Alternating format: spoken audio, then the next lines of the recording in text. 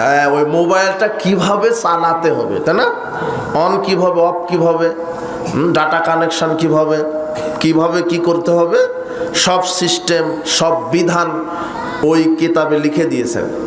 তো আমাদের স্রষ্টাকে, তো আল্লাহ একটা কিতাব দিয়েছেন আমাদের চলার জন্য, সেই কিতাবের নাম কি? আল কোরআন। আর একটা কি? হাদিস। দুইটা কিতাব। কয়টা? একটা নয়। শুধু কোরআন মানলে হবে না। এখন উপমহাদেশে কিছু আছে আহলে কোরআন, শুধু কোরআন মানে। রাসূল সাল্লাল্লাহু আলাইহি ওয়াসাল্লাম বলছেন, আবু দাউদের 4604 নম্বর হাদিস, তিনি বলছেন, আলা ইন্নী উতিতুল কিতাব ওয়া মিসলাহু মাআহু। শোনো এই সাহাবীগণ, সাবধান থাকো, আমাকে আল্লাহ কোরআন তো দিয়েছেন, তার সাথে আরেকটা কিতাব দিয়েছেন, সেটা হলো হাদিস। আলা, মনে রাখো, ইউশিকু রাজুলান আলা শাবআনি আলা আরাকাতিহি। শেষ জামানায় কিছু ভদ্রলোক বের হবে, আলিশান ধনিক শ্রেণীর মানুষ বের হবে, যারা তাদের চেয়ারে হেলান দিয়ে বসে বলবে, আলাইকুম বিহাদাল কোরআন, শুধু কোরআন মানলেই হবে। ফামা ওয়াজাদতুম ফিহি হালালিন ফাহিল্লুহু, কোরআনে যেটা হালাল পাবে শুধু সেটা মানো। ওমা ওয়াজাদতুম ফিহি হারামিন ফাহাররিমুহু, কোরআনে যা হারাম পাবে শুধু সেই হারাম মানো। কোরআনে হালাল হারাম যতটুক পাবে শুধু সেটা মানো। কোরআন মানলেই হবে। মুহাম্মদ সাল্লাল্লাহু আলাইহি ওয়াসাল্লাম বলছেন, আমি সাবধান করে দিলাম, আমি কোরআন পেয়েছি, কোরআনের সাথে আর একটা কিতাব পেয়েছি, কোরআনের সাথে হাদিস মানতে হবে। যারা হাদিস মানে না, যারা শুধু বলছে কোরআন মানতে হবে, এরা হলো কাফের। এরা কি? কাফের। আপনি কোরআন কিভাবে মানবেন হাদিস ছাড়া? আরে কোরআনের ব্যাখ্যাটাই তো হাদিস। কোরআনে বলছে সালাত আদায় করো, কিভাবে সালাত আদায় করবেন? রুকু, কিয়াম, কুদ, সিজদা। রুকুতে কি বলবেন, সিজদাতে কি বলবেন, কোন সালাত কয় রাকাত, কিভাবে কোন পদ্ধতিতে করবেন, কোরআনে নেই। কোরআনে বলছে সিয়াম রাখো, সিয়াম কখন থেকে শুরু, কখন থেকে শেষ, কিভাবে ইফতার, সিয়ামের বিধান। কোরআনে বলছে হজ করো, কিভাবে করবেন, এটা হাদিসে যেতে হবে। হাদিস ছাড়া কোরআন মানা সম্ভব নয়, অসম্ভব। এই জন্য এক শ্রেণীর পথভ্রষ্ট ফিতনাবাজ বের হয়েছে, তারা শুধু বলছে কোরআন মানলে হবে। জি না, অসম্ভব। কোরআনে সকল মৃত প্রাণীকে হারাম ঘোষণা করা হয়েছে। তাহলে মাছ যা আপনি মৃত খান, তাহলে মাছ খাওয়া কি হবে? হারাম হবে। কোরআনে যত রক্ত, সব রক্তকে হারাম ঘোষণা করা হয়েছে। তা আপনি যে কলিজা প্লিহা খান, এটা তো রক্ত, কথা বুঝেননি? কিন্তু রাসূল সাল্লাল্লাহু আলাইহি ওয়াসাল্লাম বলছেন, তিনি বলছেন আল্লাহ যেমন হারামের বিধান দিতে পারে, আমি মুহাম্মদ সাল্লাল্লাহু আলাইহি ওয়াসাল্লামকে আল্লাহ ওই রকমই ক্ষমতা দিয়েছেন, আমিও হারামের বিধান দিতে পারি। সুবহানাল্লাহ। মুহাম্মদ সাল্লাল্লাহু আলাইহি ওয়াসাল্লাম বলছেন, আমি হারাম করলাম গৃহপালিত গাধা, আমি হারাম করলাম। কোরআনে কিন্তু গৃহপালিত গাধা হারাম নেই। কে হারাম করেছেন? মুহাম্মদ সাল্লাল্লাহু আলাইহি ওয়াসাল্লাম। আল্লাহ শুধু একাই কিছু ফরজ করতে পারেন না, রাসূল সাল্লাল্লাহু আলাইহি ওয়াসাল্লাম ফরজ করতে পারেন। মানে আল্লাহ করানোর ক্ষমতা দিয়েছেন। আল্লাহ বলছেন, ফারাদা রাসূলুল্লাহ সাল্লাল্লাহু আলাইহি ওয়াসাল্লাম যাকাতাল ফিতর, আমি মুহাম্মদ সাল্লাল্লাহু আলাইহি ওয়াসাল্লাম যাকাতুল ফিতর কি করলাম? ফরজ।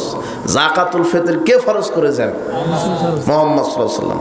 গাধা কে হারাম করেছেন? মুহাম্মদ সাল্লাল্লাহু আলাইহি ওয়াসাল্লাম। তো শুধু আপনি যদি কোরআন মানেন, তাহলে গাধা তো খাওয়া জায়েজ হবে, অথচ গাধা খাওয়া কি? হারাম। গৃহপালিত গাধা হারাম, বন্য গাধা খাওয়া যায়, গৃহপালিত গাধা হারাম। যদি আপনি শুধু কোরআন মানেন, মাছ খেতে পারবেন না, কলিজা প্লিহা খেতে পারবেন না। কিন্তু রাসূল সাল্লাল্লাহু আলাইহি ওয়াসাল্লাম বলছেন, আমি দুইটা জিনিস জায়েজ করে দিলাম, মৃত মাছ আর মৃত টিড্ডি পাখি, দুইটা প্রাণী খাওয়া জায়েজ করে দিলাম। মৃত গরু মৃত হলে খাওয়া কি? হারাম। ছাগল মরা হলে হারাম। আপনার বাড়িতে যে মুরগিটা মারা গেছে, ওটা জবাই করে খাওয়া কি? কিন্তু মুরগির মতোই ছোট্ট একটা পাখি আছে, টিড্ডি পাখি। মুসনাদ আহমদে আসছে 5725 নম্বর হাদিস। রাসূল বলছেন, টিড্ডি পাখি আর কলিজা প্লিহা খাও, মৃত মাছ খাও, আমি মুহাম্মদ সাল্লাল্লাহু আলাইহি ওয়াসাল্লাম হালাল করে দিলাম। তো শুধু কোরআন মেনে আপনি কিভাবে চলবেন? অনেক কথা এই ব্যাপারে আছে।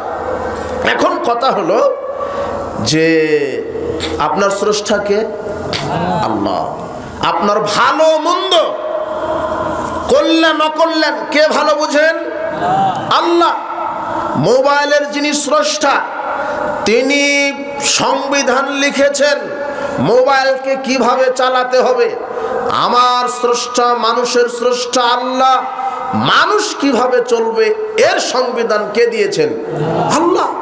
আর আল্লাহর সংবিধান কোরআন আর হাদিস। তো আপনি কোথায় কোরআন হাদিস মানছেন? সর্বক্ষেত্রে কোরআন সুন্নাহ মেনে চলতে হবে। শুধু ইসলাম মানে সালাত, সিয়াম, হজ, যাকাত এটা নয়। সর্বক্ষেত্রে মানুষের কল্যাণ কিসে, অকল্যাণ কিসে, মানুষের ক্ষতি কিসে, উপকার কিসে, সব কিছু জানেন আল্লাহ। এই জন্য আল্লাহ সব কিছু বিধান দিয়েছেন। আর ইসলামে পরিপূর্ণ ঢুকে যেতে হবে। মানুষ শুধু বুঝেছে ইসলাম মানে সালাত, সিয়াম, হজ, যাকাত। জি না, ইসলাম মানে সার্বজনীন জীবন বিধান। সালাত আল্লাহর বিধানে যদি করেন, তাহলে শিক্ষানীতিও কার বিধানে প্রণয়ন করতে হবে? আল্লাহর বিধান। অর্থনীতি কার বিধানে প্রণয়ন করতে হবে? তো বাংলাদেশে যে অর্থনৈতিক সিস্টেম আছে, এটা কার বিধানে? মানুষের বিধান। যে ব্যাংক ব্যবস্থাগুলি আছে সুদ ভিত্তিক, বুঝেননি?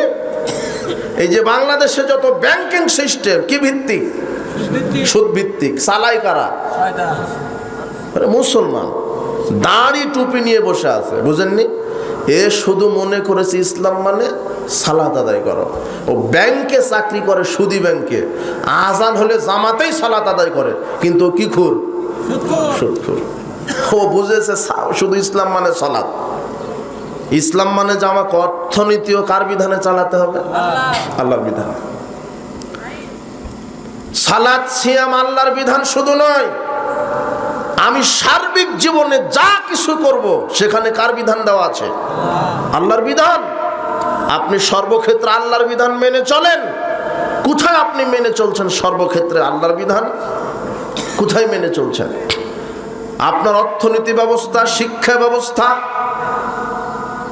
আপনার ব্যবসা নীতি সব মুনাফাখুরি।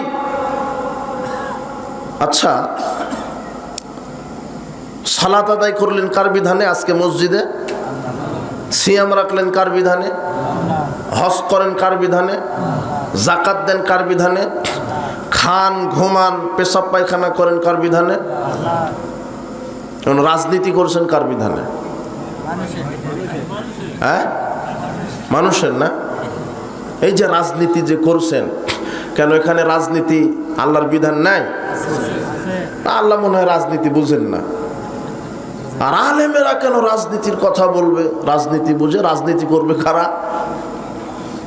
ওই যে উস্তাদ বলে গেল না, রাজনীতি মানে রাজার কি নীতি। তো রাজার নীতি সবচেয়ে শ্রেষ্ঠ নীতি, আইন, সংবিধানের কিতাব কোনটা? কোরআন। আর কোরআনের ধারক বাহক হচ্ছেন আলেম ওলামা। তো আলেম ওলামা রাজনীতি বুঝবে না, তুমি বুঝবা? আলেমেরাই তো বেশি রাজনীতি বুঝবে। কথা বুঝেননি? কোন সুর, লুচ্চা, বদমাশ, হারামখোর, বেনামাজি এরা নেতা হতে পারে? আজকের নেতা কারা? এরাই। অথচ নেতা হবে তো আলেম। নেতা কে হবে? আলেম। আসলে এদেশের মানুষের রক্ত আর স্বভাব, কৃষ্টি, কালচার একেবারে মিশে গেছে এই প্রচলিত ইহুদি খ্রিস্টানের নীতিতে মিশে গেছে। এরা বুঝতেই পারে না ইসলাম সম্পূর্ণ জীবন বিধান। তো আপনি মসজিদে ইমাম নিয়োগ দিবেন, কি নিয়োগ দিবেন? ইমাম। আর ইমাম তো আরবি শব্দ, তাই না? ইমামের বাংলা কি? নেতা। ইমামের বাংলা কি? নেতা। ইংলিশে বলা হয় লিডার। লিডার।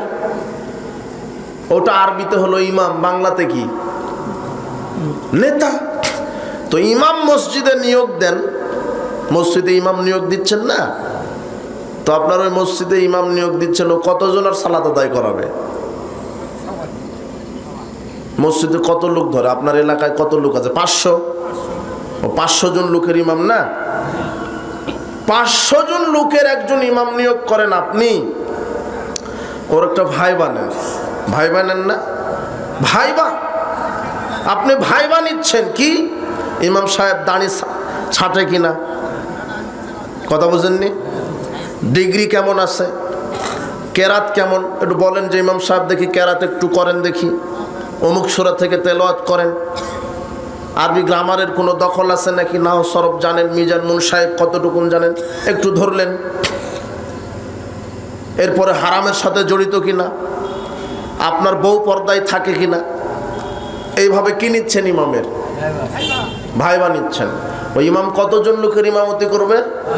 500। আরে 5000 ধরেন, 5000 লোকের ইমাম, আপনার বিশাল বড় মসজিদ, ও 5000 লোকের ইমামতি করবে। কিন্তু আপনি কি সুন্দর ভাইবা নিচ্ছেন। দাড়ি ছাঁটা হলে ওকে আর কি নিতেন না, তাই না? বউ যদি বেপরদায় থাকতো ওকে কি করতেন না? নিতেন না। প্যান্ট যদি টাকনোর নিচে থাকতো নিতেন না। হারামের সাথে যদি, লুচ্চামের সাথে জড়িত থাকতো, এই ইমামকে আপনি নিতেন? তাহলে আপনি ভাইবা নিয়ে 5000 লোকের ইমাম নিয়োগ দিচ্ছেন। ভাইবা নিয়ে 5000 লোকের ইমামতি করবে। কিন্তু নির্বাচন যখন আসে তখন এমপি নির্বাচিত হয়, হয় না? কতজন লোকের? 100, 200, হ্যাঁ? আচ্ছা তোমারটা নিলাম, কত লক্ষ? 5 লক্ষ লোকের নেতা হবে, তাই না? আপনি নেতা করবেন 5 লক্ষ লোকের। তো একদিনও কি বিবেচনা করেছেন যে ওর দাড়ি আছে কিনা, ও সালাত আদায় করে কিনা, ও লুচ্চামি করে কিনা, ও মদ খায় কিনা, ওর বউ পর্দায় থাকে কিনা? কোনোদিন দেখেছেন আপনি? কথা বুঝেননি? আপনি যার ক্যানভাস করে বেড়ান, যার ক্যানভাস করছেন রাত দিন, ওর মুখে নাই দাড়ি, ওর বউ বেটি বেপর্দায় চলে, ও হলো হারামখোর, ও হলো বেনামাজি, তাহলে ওকে আপনি নেতা করলেন কেন?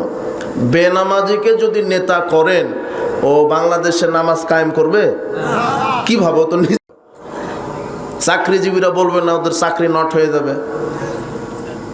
যারা সামাজিকতা বজায় করে রাখে, ওরা যারা মানুষকে ভয় করার কথা বলবে না। ভোটের ফজিলত কি?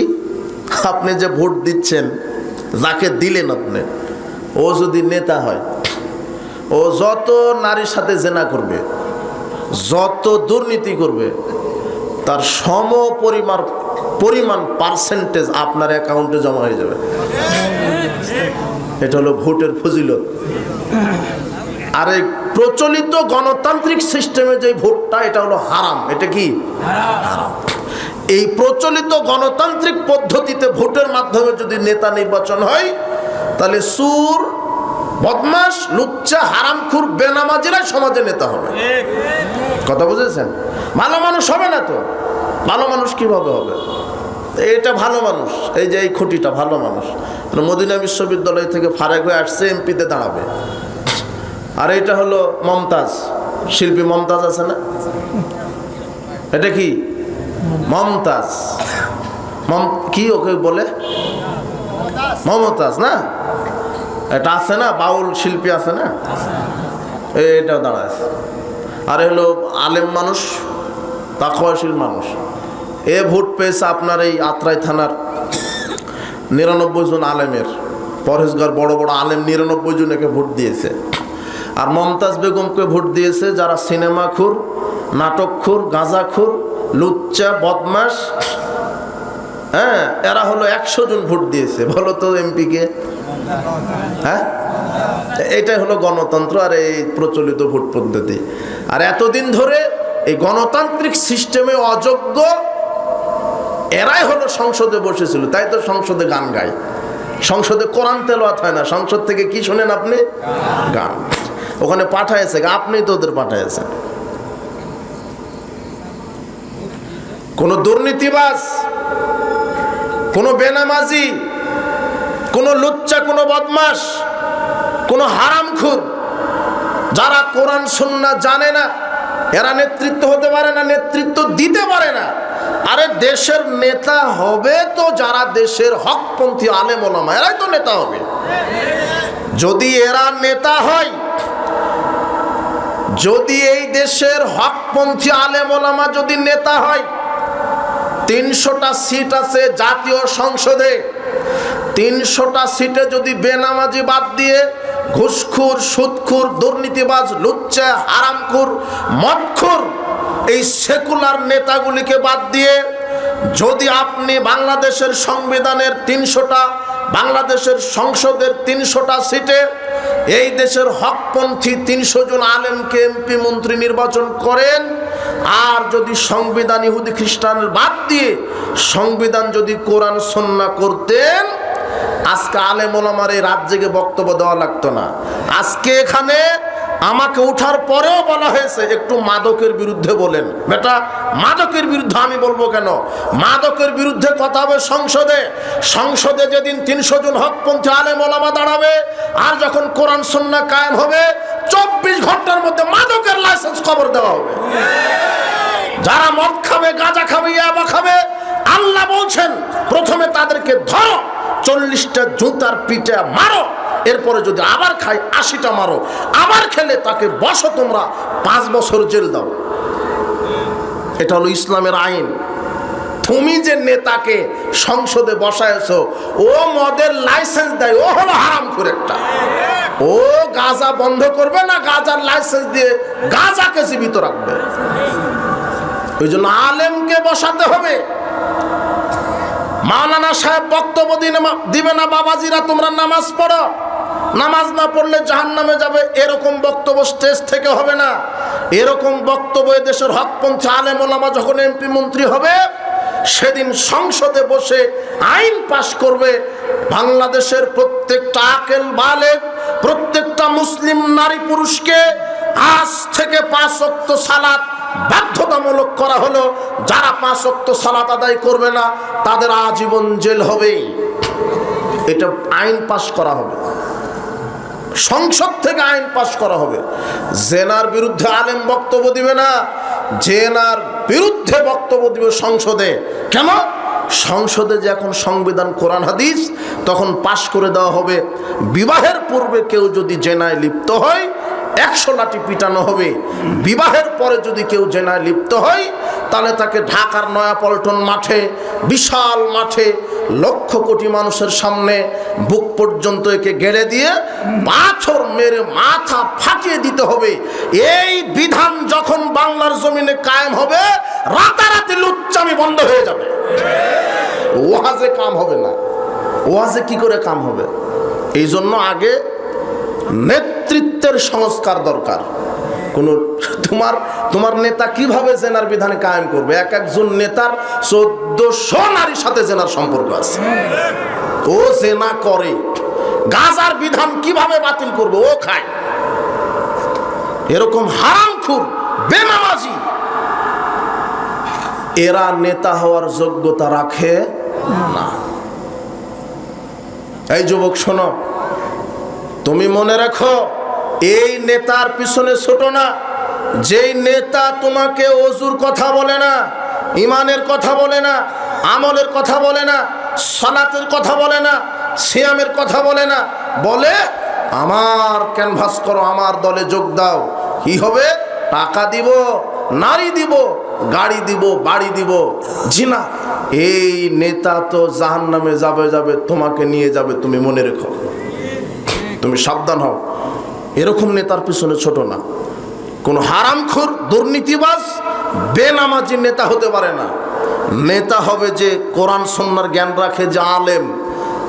তোমার সমাজ ব্যবস্থাটাই ভঙ্গুর। মসজিদের সভাপতি আছে বেনামাজি, তুমি কি দিয়ে ঠেকাবে? মসজিদের সেক্রেটারি, সভাপতি, ক্যাশিয়ার, এ হলো দুর্নীতিবাজ, মসজিদের টাকা মেরে খায়। কথা বুঝনি? মসজিদে যে তুমি যাকে সভাপতি করেছো, এ তো বেনামাজি। তোমার যে সেক্রেটারি, যে ক্যাশিয়ার, এ হলো দুর্নীতিবাজ। এ কি উপকার করবে? দুর্নীতিবাজ, মদখোর, বিড়িখোর, সিগারেটখোর এরা কি করে নেতা হতে পারে? আরে কোনো বেনামাজি, কোনো মদখোর, বিড়িখোর, সিগারেটখোর টয়লেটের সভাপতি হওয়ার যোগ্যতা রাখে না এরা। আপনাকে মসজিদের দায়িত্ব দিলেন মানে? আশ্চর্য কথা। ও কেন ইসলামী জালসার প্রধান অতিথি হবে? যাকে আপনি ইসলামী জালসার প্রধান অতিথি করেছেন এ কেবলা চিনে না, সালাত তো বহুদূরের কথা, ওযুই জানে না, বলে ইসলামী জালসার প্রধান অতিথি। ও বক্তব্য দিবে, আলেম ওলামার শোনা লাগবে বেটা। আলেম ওলামা বক্তব্য দিবে, ওরা বসে বক্তব্য শুনবে। ওর কাছে অনুমতি নেওয়া লাগে যে স্যার একটু অনুমতি দেন, ইসলামী জালসা করব। লজ্জামি করে, কনসার্ট করে, নারী নাচায়, এর জন্য অনুমতি লাগে না। তাফসীর করতে অনুমতি লাগে। অযোগ্য মুনাফিক নেতাতে ভরে গেছে বাংলাদেশ। আশ্চর্য কথা। আপনি ঠিক বলছেন মানে? আপনি তো ঠিক বলতে বলিনি। সকালে আপনি 500 টাকা দেবেন, আমাকে ভোট দিবেন আপনি। বাংলাদেশে কুরবানির সময় যখন আসে একটা ছাগলের 15 লক্ষ টাকা দাম হয়, আর ভোটের সময় যখন আসে এই আত্রাবাসীর দাম হয় 500 টাকা। 500 টাকাতে বিক্রি হয়ে এমন হারামখোরকে ভোট দিলেন, ও ওযুই জানে না। এই বেনামাজিকে নেতা বানাবেন মানে? আত্রাই থানার এমপি হবে যে সবচেয়ে বড় আলেম। যখন এই আত্রাই থানায় সবচেয়ে বড় আলেম এমপি হবে, 24 ঘন্টার মধ্যে লুচ্চামি, হারামখোরি, গাঁজাখোরি বন্ধ করে দিবে। তখন আর ওয়াজ করা লাগবে না। যখন আলেম এই দেশের নেতৃত্ব দিবে, সেদিন সালাত কায়েম হবে, পর্দা কায়েম হবে, চুরি বন্ধ হবে। চুরি বন্ধ করবে কি করে তোমার নেতা? তোমার যেই দেশে পিয়ন 400 কোটি টাকার মালিক, এমপির অবস্থা কি? ও চুরির বিধান কায়েম করবে কিভাবে? ওই তোমার এমপির আগে হাত কাটা যাবে। যখন কোরআন কায়েম হবে সংসদে, তখন কার হাত কাটা যাবে? তোমার নেতারই। ও হলো বড় চোর। কে বলেছে ও সন্ত্রাস? এই দেশের সন্ত্রাস পুষে হলো এই দেশের প্রশাসন। আমি বলেছি বাংলাদেশের আইনকে আইনের আওতায় আনতে হবে, ওই সন্ত্রাসকে নয়। কথা বুঝেছেন? এই জন্য নেতৃত্বের সংস্কার দরকার, দলের সংস্কার দরকার। ইসলাম রোগের চিকিৎসা দেয় না। ইসলাম রোগ যে জায়গা থেকে হচ্ছে সেটার চিকিৎসা দেয়। কথা বুঝেননি মনে হয়? রোগটা হচ্ছে কি কারণে, ওটার চিকিৎসা। ইসলাম রোগের চিকিৎসা দেয় না। ইসলাম নেতার পরিবর্তন চায় না, ইসলাম নীতির পরিবর্তন চায়। কিসের? নীতির। আওয়ামী লীগ ক্ষমতায় থাক, শেখ হাসিনার যে ছেলে আছে সজীব ওয়াজেদ জয়, ও থাক ক্ষমতা, ও প্রধানমন্ত্রী।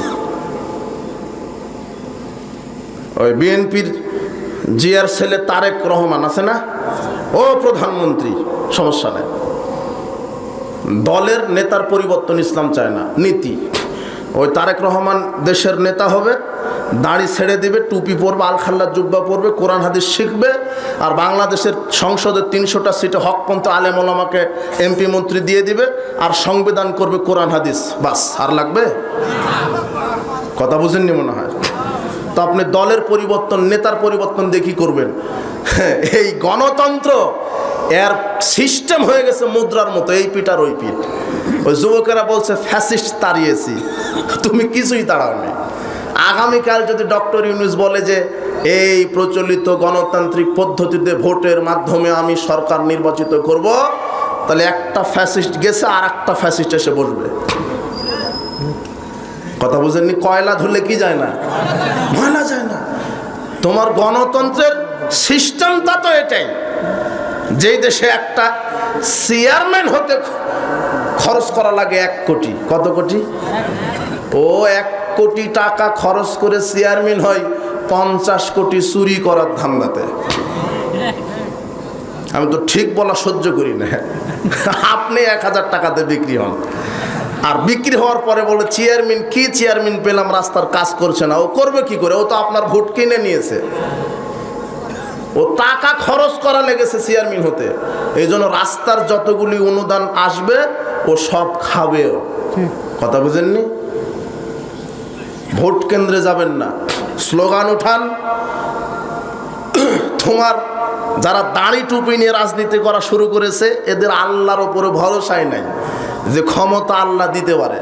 ইমানের উপরে ভরসাই নাই। ইব্রাহিম আলাইহিস সালাম মণ্ডপে ঢুকে মূর্তি ভাঙার জন্য, আর তোমার হুজুর মণ্ডপে যায় মূর্তি উদ্বোধন করার জন্য। কথা বুঝলি তুমি? ওদের পিছনে ছোটা লাগবে না। ও লেখা হচ্ছে ইসলামী গাঁজা ফ্যাক্টরি। তাহলে গাঁজা জায়েজ না? এটা ইসলামী গাঁজা, কিন্তু বুঝেন এটা কি গাঁজা? কি ওস্তাদ? বিসমিল্লাহ বিড়ি ফ্যাক্টরি। হ্যাঁ, বিসমিল্লাহ বিড়ি ফ্যাক্টরি। আচ্ছা, গাঁজা একজনে খাচ্ছে বাম হাতে, কিন্তু আপনি খাবেন বিসমিল্লাহ বলে, জায়েজ হবে না? বিসমিল্লাহ বলে খাচ্ছেন তো। তো ওরা ইসলামী দল, আসলে ওরা হলো গণতান্ত্রিক দল। কথা বুঝেছেন? ইসলামী দল নয়। ওদের ভরসা নাই যে আল্লাহ ক্ষমতা দিতে পারে। এখন আপনি বলবেন যে সমাজ ইসলাম কায়েম হবে কিভাবে? তো নবী রাসূলদের তরিকায় কিভাবে? দিন রাত দাওয়াত দিতে হবে। দিতে থাকেন 1 বছর, 2 বছর, 20 বছর, 100 বছর, 500 বছর। নূহ আলাইহিস সালাম 950 বছর দাওয়াত দিয়েছেন।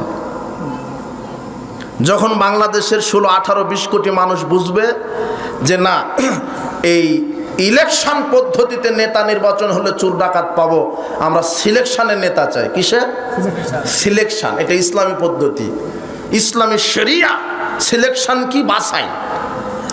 মানে 10 জন জ্ঞানী লোক, পরহেজগার, তাকওয়াশীল ব্যক্তি, 10 জন লোক 2-3 দিন চিন্তা ভাবনা করবে যে বাংলাদেশের প্রধানমন্ত্রী কাকে করা যায়, কে যোগ্য, তাকওয়াশীল, পরহেজগার, একেবারে কোরআন হাদিসের উপরে পণ্ডিত কে আছে, একটু ভাববে। ভেবে ভেবে ওহ হ্যাঁ, ডক্টর আসাদুল্লাহ গালিব খুব ভালো মানুষ, এ হবে মন্ত্রী। আচ্ছা, আব্দুল্লাহ ফারুক সালাফি আছেন, শহীদুল্লাহ খান মাদানী আছেন। এইভাবে নাম চলে আসবে মুখে। যে মন্ত্রী হবে সে স্বপ্নেও জানবে না যে আমি হব। কথা বুঝেন নিব না? এটা হলো ইসলামী পদ্ধতি। আর গণতান্ত্রিক পদ্ধতিতে বলছে আমাকে নেতা বানান, ও নেতৃত্ব চেয়ে নিচ্ছে। রাসূল বলছেন নেতৃত্ব চেয়ে নেও না, চেয়ে নিলে আল্লাহর পক্ষ থেকে সহযোগিতা আসবে না। আর যদি চেয়ে না নিয়ে যদি নেতৃত্ব আসে, তাহলে আল্লাহ কি করবেন? তোমাকে সহযোগিতা করবেন। তো রাজনীতিটা আপনি করবেন কার বিধানে? আল্লাহর বিধানে। আল্লাহর বিধানে রাজনীতি করতে হবে। গণতন্ত্র কুফরি মতবাদ, শিরকি মতবাদ। গণতন্ত্র এবং ইসলামের মধ্যে পার্থক্য হলো, গণতন্ত্র হচ্ছে মানুষের তৈরি করা আইন, আর ইসলাম কি প্রদত্ত আইন? আল্লাহ প্রদত্ত। কার আইন? ইসলাম। গণতন্ত্রে মানুষের বিধান পরিবর্তনশীল, আর ইসলামে আল্লাহর বিধান অপরিবর্তনশীল। গণতন্ত্র অধিকাংশ রায় চূড়ান্ত, আর ইসলামে ওহির বিধান কি? চূড়ান্ত। গণতন্ত্রে সার্বভৌম ক্ষমতার মালিক জনগণ, আর ইসলামের সার্বভৌম ক্ষমতার মালিক আল্লাহ। গণতন্ত্রে ক্ষমতার উৎস জনগণ, ইসলামে ক্ষমতার মালিক আল্লাহ। গণতন্ত্রে নারী নেতৃত্ব জায়েজ, আর ইসলামে নারী নেতৃত্ব। তোমার যে দাড়ি টুপি নিয়ে যারা রাজনীতি করছে, ওদেরকে আগে সংবিধান দেখানো হয়েছিল বাংলাদেশের যে 30% নারী নেতৃত্ব থাকতে হবে। এটা মেনে নিলে রাজনীতি করো, না হলে করো না। এরা মেনে নিয়ে মাঠে নেমেছে। কত পার্সেন্ট? 30%। অর্থ মুহাম্মদ সাল্লাল্লাহু আলাইহি ওয়াসাল্লাম বলছেন লাইফলিহা কওমুন ওয়ালাউ আমরাহুম ইমরাতান। ওই জাতি সফল হবে না যেই জাতিতে একজন নারী নেত্রী হবে। তোমার নেতা দাড়ি টুপি লাগিয়ে একবার ডানা কাটা পরির সাথে ক্যানভাসে নেমে গেছে, তো এই নেতা দিয়ে দেশ সংস্কার হবে না, অসম্ভব হবে না। লিখে রাখেন, হবে না। গণতন্ত্র দিয়ে ইসলাম কায়েম হবে না। ইসলাম প্রতিষ্ঠিত হবে ইসলামেরই তরিকায়। ইসলামের নিজস্ব একটা ক্ষমতা আছে। ইসলাম একটা আদর্শর নাম। আল্লাহ প্রদত্ত দিন হচ্ছে ইসলাম। মানুষের তৈরি কোনো মতবাদের মোকাপেক্ষী ইসলাম হতে পারে না। কথা বুঝেছেন? তাহলে আমার সালাত কার বিধানে? রাজনীতি আল্লাহর। আপনি করছেন কার? এখন কার বিধানে রাজনীতি করছেন? অর্থনীতি কার বিধানে? রাসূল সাল্লাল্লাহু আলাইহি ওয়াসাল্লাম যা তার জীবনে সবচেয়ে বেশি বিরোধিতা করতে বলেছেন ইহুদি খ্রিস্টানের। কাদের? ইহুদি খ্রিস্টানের। সব সময়তে বলতেন ইহুদি খ্রিস্টানের তোমরা বিরোধিতা করো, ইহুদি খ্রিস্টানের বিরোধিতা করো। আল্লাহর নবী বলছেন ইন্নাল ইয়াহুদা ওয়ান নাসারা লা ইয়াসবুগুন। ইহুদি খ্রিস্টান যদিও দাড়ি রাখে, তারা দাড়িতে খেজাব দেয় না। কাজেই ফাখালিফুহুম, তোমরা ইহুদিদের বিরোধিতা করো। ইহুদিরা সাদা দাড়ি রাখে, তোমরা সাদা দাড়িকে রাঙিয়ে নাও, খেজাব দাও, তবে কালো ব্যতীত। কি ব্যতীত? যদি সাদা দাড়িতে আপনি লাল কালার করেন, মেহেদি দেন, তাহলে কাদের বিরোধিতা করলেন? ইহুদিদের। রাসূল সাল্লাল্লাহু আলাইহি ওয়াসাল্লাম ইহুদিদের বিরোধিতা করতে বলেছেন, সব ক্ষেত্রে বিরোধিতা করতে বলেছেন, সব ক্ষেত্রে। আজকে আপনার অফিস, আদালত, কোর্ট কাচারি, শিক্ষাঙ্গন, সব জায়গাতে কাদের বিধান? ওদেরই বিধান। অর্থনীতি তাদের, সমাজনীতি তাদের, রাজনীতি তাদের, শিক্ষানীতি তাদের, বিচার ব্যবস্থা তাদের, আইন ব্যবস্থা তাদের। শুধু আহাই যুবক, তুমি হলো বাংলাদেশে মুসলিম হিসেবে ঘর জমায় আছো, তুমি শুধু মুসলিম, তোমার ক্ষমতা শুধু মসজিদ মাদ্রাসায়। যাও কোর্টে যাও, তোমাকে লাথি মারবে। কোর্টের যে বিচারপতি সেও মুসলিম, কিন্তু সংবিধান লিখে কার? ইহুদিদের। কথা বুঝনি তুমি? তাহলে যখন সার্বিক ক্ষেত্রে ইসলামী বিধান চলে আসবে, সেদিন পর্দা কায়েম হবে, সেদিন আর জেনা হবে না, সেদিন মদকে হারাম ঘোষণা করা হবে, চুরি করলে হাত কাটা হবে আর চুরি হবে না, মানুষ নিরাপদে থাকতে পারবে। ইসলামটাই হচ্ছে শান্তিপূর্ণ ধর্ম, ইসলামটাই হচ্ছে নিরাপদময় ধর্ম। কিন্তু আমরা ইসলাম মানি, মুসলিম, তারপর আমাদের নিরাপত্তা নাই। কেন? ইসলামের বিধান আমাদের সমাজে নাই। ইসলামী বিধান যদি থাকতো তাহলে কি হতো? নিরাপদে থাকতাম। কিন্তু ইসলামী বিধান নাই বলে আমাদের নিরাপত্তা নেই। কে নিরাপত্তা দিবে? যে নিরাপদের ডিলার হাতে নিয়েছে তারই তো নিরাপত্তা নেই। তোমার মন্ত্রী যখন যায়, সামনে 10টা গাড়ি, পিছনে 10টা গাড়ি, ডানে বামে 10টা। দেখো না কয়েকজন থাকে আবার এইভাবে ছেলুট মারে। মানে ওই মন্ত্রীরই কি নাই? নিরাপত্তা নেই। অথচ যেদিন এই দেশে ইসলামের রাষ্ট্র কায়েম হবে, নারী চলবে রাস্তায়, তার সতীত্ব কেউ নষ্ট করতে পারবে না। যেদিন এই দেশে ইসলামের বিচার ব্যবস্থা কায়েম হবে, কারো সম্পদ চুরি হবে না, কারো সম্পদ আত্মসাৎ হবে না, কেউ মাদকে আসক্ত হবে না, কারো স্ত্রী ধর্ষণ হবে না, কারো মেয়ে ধর্ষণ হবে না, কারো সম্পদ চুরি হবে না। যেদিন ইসলামের চিত্র সমাজে ফুটে উঠবে, যেদিন ওমরের মতো শাসক এই দেশে কায়েম হবে, ওমর এত বড় পরেজগার তাকওয়াশীল শাসক, ওমর রাদিয়াল্লাহু আনহু, তিনি রাতের আধারে তার রাজ্য ঘুরে ঘুরে সাধারণ মানুষকে দেখেন যে কে কোন বিপদে আছে, কে কোন বিপদে আছে। একদিন দেখছেন যে একটা তাঁবুর ভিতর থেকে কান্নার আওয়াজ তাঁবুর ভিতর থেকে আসছে। তো কেন কাঁদে? ওমর রাদিয়াল্লাহু আনহু জিজ্ঞাসা করছেন। তখন বুড়িমা বলছে যে ছেলে মেয়েকে কাঁদে, ছেলে মেয়ে কাঁদে ক্ষুধার জ্বালায়। তো আপনার ওই পাত্রের ভিতরে কি? বুড়িমা পাত্র রান্না করছে, পাত্রের ভিতরে আগুন জ্বালিয়ে। তখন ওমর রাদিয়াল্লাহু আনহুকে বলছেন যে এর ভিতরে গোস্ত রান্না হচ্ছে। আসলে তো গোস্ত নয়, কয়েকটা পাথর দিয়ে নাড়া দিচ্ছি আর বাচ্চাদেরকে সান্ত্বনা দিচ্ছি। এইভাবে সান্ত্বনা দিতে দিতে ঘুমিয়ে যাবে। ওমর রাদিয়াল্লাহু আনহু বলছেন, আমার এই কথা শুনে পায়ের তলা থেকে যেন মাটি খসে পড়ছে। তিনি দৌড় দিয়ে চলে গেলেন বাইতুল মাল ফান্ডে, গিয়ে কর্মচারীকে বলছেন আটা রেডি করো, খাদ্য রেডি করো, আমার কাঁধে উঠিয়ে দাও। ওমর রাদিয়াল্লাহু আনহু মানে অর্ধ পৃথিবীর খলিফা, অর্ধ পৃথিবীর প্রেসিডেন্ট, তার নাম কি? ওমর। তিনি ঘরে ঘরে বাড়িতে বাড়িতে দুঃখী মানুষের খবর নিচ্ছেন। আর তোমার নেতা ওই যে ভোটের মধ্যে এসেছে, আর খবর পাওয়া যায় না। তুমি তোমার এই ইউনিটের একজন ওই মেম্বারের কাছে যাবে, 1 মাস দৌড়াতে হয়, 2টা জুতে ক্ষয় করতে হয়।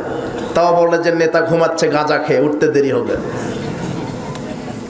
ও দেরি হবে উঠতে, আপনি আগামীকাল আসেন। তোমার নেতা ঘুমায় রাত 3টায়, ফজর তো নাই।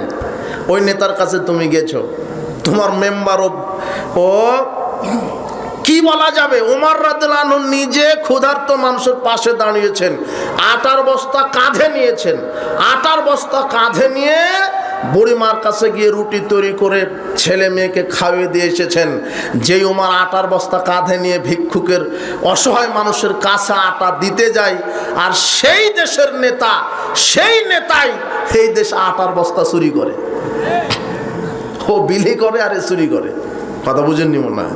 এটা হলো পার্থক্য। আপনি কাকে নেতা করছেন?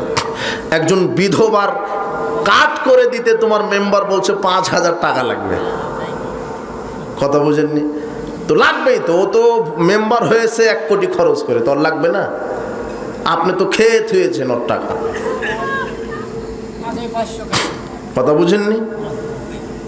সাবধান। ওমর রাদিয়াল্লাহু আনহু, তার মতো নেতৃত্ব যখন আসবে দেশে, সেদিন মানুষ শান্তি তৃপ্তিতে পাবে। ওমর রাদিয়াল্লাহু আনহু একদিন খুতবা দিচ্ছিলেন মেম্বারে দাঁড়িয়ে, লম্বা ছাটের জুব্বা পরে খুতবা দিচ্ছেন। এখন যারা খুতবা শুনছে মুসল্লি, তারা বলছে যে খুতবা পরে, মানে ঘটনা হলো এর খুতবার কিছুদিন আগে যুদ্ধের তিনি মাল বন্টন করছিলেন, একটা করে চাদর সবাইকে দিচ্ছিলেন, একটা করে চাদর।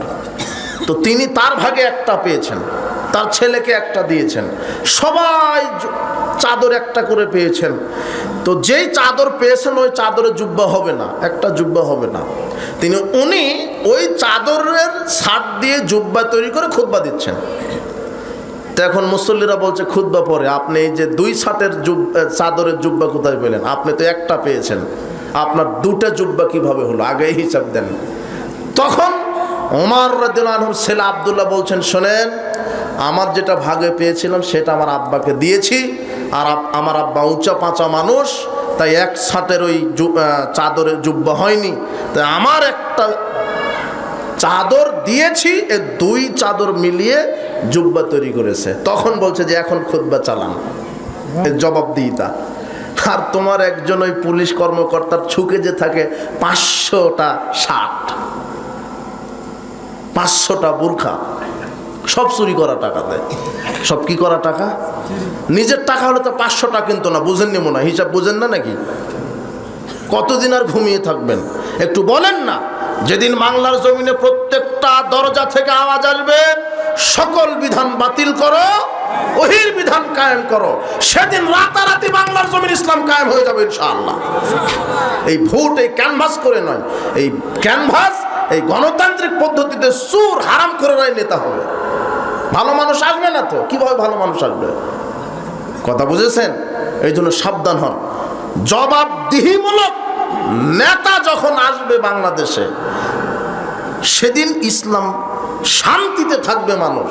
আজকে অশান্তি, মানুষের জীবনে নিরাপত্তা নেই, চোর ডাকাত ভরে গেছে, ছিনতাই রাহাজানি ভরে গেছে। কেন? ইসলামী বিধান নাই। এই জন্য সাবধান হয়ে যান। এই প্রচলিত তন্ত্রমন্ত্র আপনি বিশ্বাস করবেন না। সর্বক্ষেত্রে কার বিধান? আল্লাহর বিধান। আগামীতে আমরা দোয়া করি, আল্লাহ বাংলাদেশে এমন অভ্রান্ত সত্য নেতা তুমি পাঠিয়ে দাও, যাতে করে কোরআন এবং সহিহ সুন্নাহর এই আলোয় জাহেলিয়াতের অমানিসা অন্ধকার দূর হয়ে যায়। আল্লাহ তুমি কবুল করো। তাহলে আজকের যে আলোচনা থেকে আমরা কয়েকটা দিক দেখতে পেলাম, যে সার্বিক জীবনে মানতে হবে কি? আল্লাহর বিধান। মসজিদে কার বিধান? সংসদে কার বিধান? আর বর্তমানে মসজিদে কার বিধান আর সংসদে কার বিধান? কথা বুঝেননি? তাহলে মসজিদে যে আল্লাহর বিধান, ওই বিধানটা যদি সংসদেও কায়েম হয়, তাহলে আপনি শান্তিতে থাকবেন। এটা একটা বোঝা গেল। একটা কি হলো আপনি বুঝতে পারলেন। দ্বিতীয়টা কি? আদর্শ হবে একজন মানুষের, তার নাম হচ্ছে মুহাম্মদ সাল্লাল্লাহু আলাইহি ওয়াসাল্লাম। অন্য কারো নয়, ইহুদির নয়, খ্রিস্টানের নয়, কোনো বিজাতির নয়। বরং ইহুদি খ্রিস্টান বিজাতিদের আপনি কি করবেন? বিরোধিতা করবেন। রাসূল সাল্লাল্লাহু আলাইহি ওয়াসাল্লাম এটাই বুঝিয়েছেন যে তোমরা বিজাতিদের বিরোধিতা করো। তিনি বলছেন যে খালিফুল মুশরিকিন, মুশরিকদের বিরোধিতা করো। একটু শোনেন, একটু আমি শেষ করে দেবো। ওই যে বাসার ভাই আসলে শেষ করে দেবো, উনি আসতে দেরি হচ্ছে। খালিফুল মুশরিকিন, মুশরিকদের কি করো? বিরোধিতা করো। ওয়াফিরুল লিহা, দাড়ি ছেড়ে দাও। ওয়াহফুস শাওয়ারিব, আর গোফটা খাটো করো। দাড়ি ছেড়ে দিলে কাদের বিরোধিতা করা হয়? মুশরিকদের, খ্রিস্টানের। তাহলে দাড়ি ছেড়ে দেন, দাড়ি চাচা যাবে না, দাড়ি ছেড়ে দিলে তাদের বিরোধিতা। সাদা দাড়িতে খেজাব লাগালে তাদের বিরোধিতা, তবে সাদা দাড়িতে কালো খেজাব লাগাতে পারবেন না। রাসূল সাল্লাল্লাহু আলাইহি ওয়াসাল্লাম বলছেন, কেউ যদি সাদা দাড়িতে কালো খেজাব দেয় তাহলে সে জান্নাতের সুগন্ধিও পাবে না। ইয়াকুনু ফি আখিরিজ জামান ইয়াখযুবুনা বিসসাওয়াদি কাহাওয়াসিলিল হামাম। রাসূল সাল্লাল্লাহু আলাইহি ওয়াসাল্লাম বলছেন, কেউ যদি সাদা দাড়িতে কালো খেজাব লাগায়, লা ইয়ারিহুনা রাইহাতাল জান্নাহ, সে জান্নাতের কি পাবে না? সুগন্ধিও পাবে না।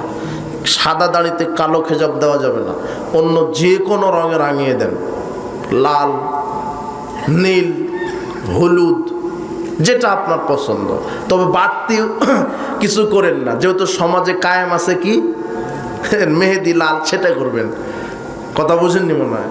কিন্তু কালোটা কি করা যাবে না, দেওয়া যাবে না, তাহলে জাহান্নাম হবে। এটা কেমন একটা ব্যাপার, কিন্তু এটা আল্লাহর বিধান। দাড়ি ছেড়ে দিতে হবে, সাদা দাড়িতে খেজাব লাগাতে হবে কালো ব্যতীত। ইহুদি খ্রিস্টানের বিরোধিতা করতে হবে সব ক্ষেত্রে। ছেলে মেয়েকে টাটা বাই বাই শিখাবেন না, ওটা কাদের সিস্টেম? ইহুদি খ্রিস্টানের। কি শিখাবেন?